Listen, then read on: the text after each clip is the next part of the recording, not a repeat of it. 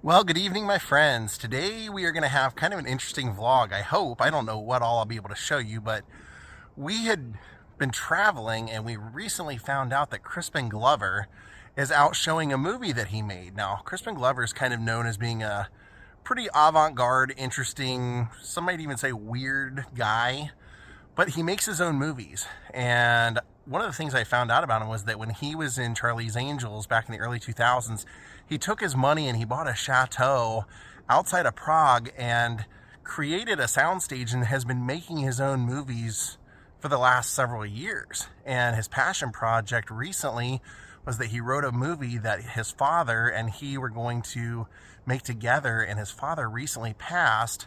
So the movie that we're going to see tonight is actually the movie that they made together. This should be fascinating. He's actually here tonight to do a Q&A afterward and a meet and greet.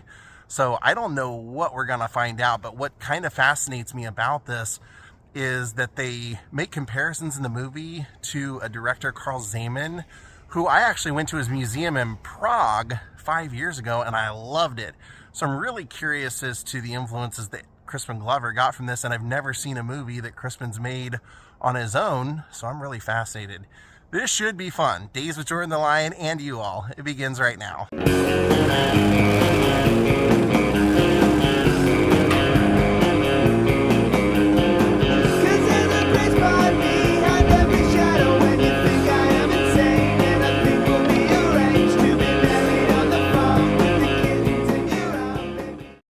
All right, Katie, have you ever seen any, I mean, we've seen Crispin Glover movies, but have you ever seen one that he wrote and directed and starred in, any of that stuff? I haven't. This should be very interesting. He definitely has an interesting reputation over the years, but what a fascinating career. I don't think he's the type to ever really turn anything down, and I'm fascinated to see what kind of project that he would put together. He wrote, directed, acted in, I think he even did the music because he's a musician as well. We know him from everything from, of course, Back to the Future. Friday the 13th with those amazing dance moves. Yeah, Karate Kid, or not Karate Kid, but were we talking about with the Doors? He played Andy Warhol in the Doors. He was in What's Eating Gilbert Grape, too. Yeah, absolutely. So he's done a lot of movies, and of course he said he took his Charlie's Angels money and invested in making his own movie, so he spends like 4 months out of the year in the Czech Republic making movies. So let's go see. It's cool, a little bit of cinema history getting snowed on out here. This place is pretty classy, called the Parkway. Feel like it's old 50s vibes, maybe even 40s. I like it. That's the name of the movie. No, You're Wrong. I love it. And he is selling his books and everything here as well. Alright, let's go find some seats.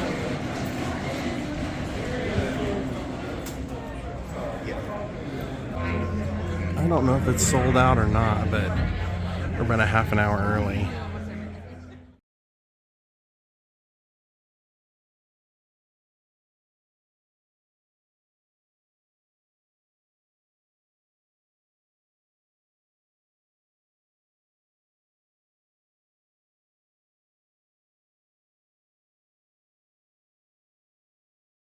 All right, we just watched the movie, just met him, and that is the line to meet him. So we'll talk about it outside. I did not know what to expect. This was a lot to unpack. He did a book reading. He read all 8 of his books and then showed the movie. All right, Katie, not knowing what to expect, what did you think of tonight? It was really interesting. I mean, he's definitely one heck of a filmmaker. Sometimes it was hard to follow, but I definitely appreciate all of the thought and consideration that went into editing, how he even chose how to do colorizing.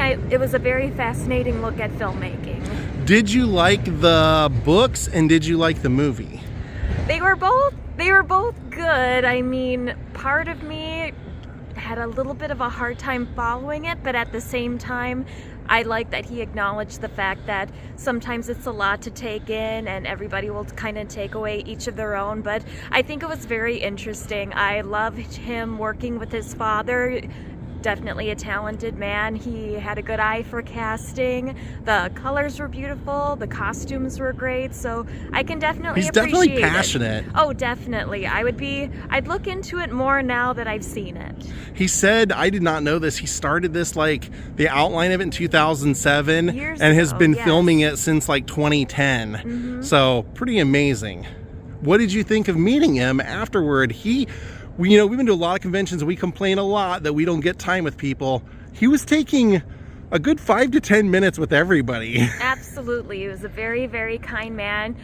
Definitely a one-man show. He was on the road promoting this himself, so I definitely have an appreciation for that, and very, very warm and thankful for the people who came out. So like I said at the beginning of the video, he can be known for being kind of weird, and he came out, said, I'm going to read all of my books, and he read all the books with a PowerPoint on a projector and had them all memorized.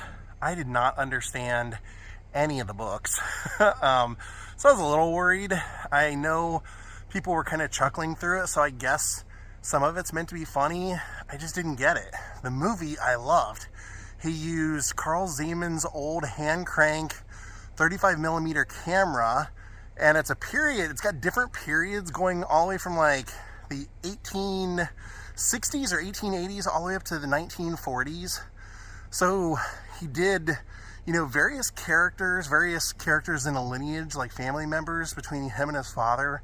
I loved the movie. I thought it was perfectly cast. I thought it was beautiful to watch. I loved all the Carl Zeman tricks of like using shadows and models and things like that. So I was a big fan of that. When he got to the Q&A, I asked the first question, asking if he was inspired by Carl Zeman before he moved to the Czech Republic, and he said he was. He'd been inspired by him since the early 90s. And then for 15 minutes, he told us all the different film styles he used, like Fuji, Kodak, and why he used them. And he would say like some present yellows and greens better. So on the set, I painted things yellow and green knowing they would look better. He went through the whole process and answered, like I said, 15 minutes. Very detailed. The guy is very passionate about what he does, and he does these movies in spurts where he said he records like 10 days and then won't do anything for a year, and then we'll do 12 days and things like that. So the finished product, I loved it. It was called Know You're Wrong. Thought it was great. And then afterward, the Q&A, he was spending like 5-10 minutes with everybody. What more can you ask for? He wouldn't sign personal items. He was selling books and posters for the movie. So when I got up there, I had a printed out poster or a printed out photo from him playing Andy Warhol in The Doors. He said, I don't want to sign those things, but he did sign the poster, so I'll show you that. But other than that, I thought this was a great night. I want to thank Samantha Quinn Cook and Patrick Hall for becoming my newest Patreons. Thank you for watching, and if you can see a movie that Crispin Glover has directed or written, go see it. They are not like what you're used to, but they're very creative, and if you open your mind and go into it open-minded, I think you might enjoy it. I really did. Thank you everyone for watching. We'll see you next time. Good night.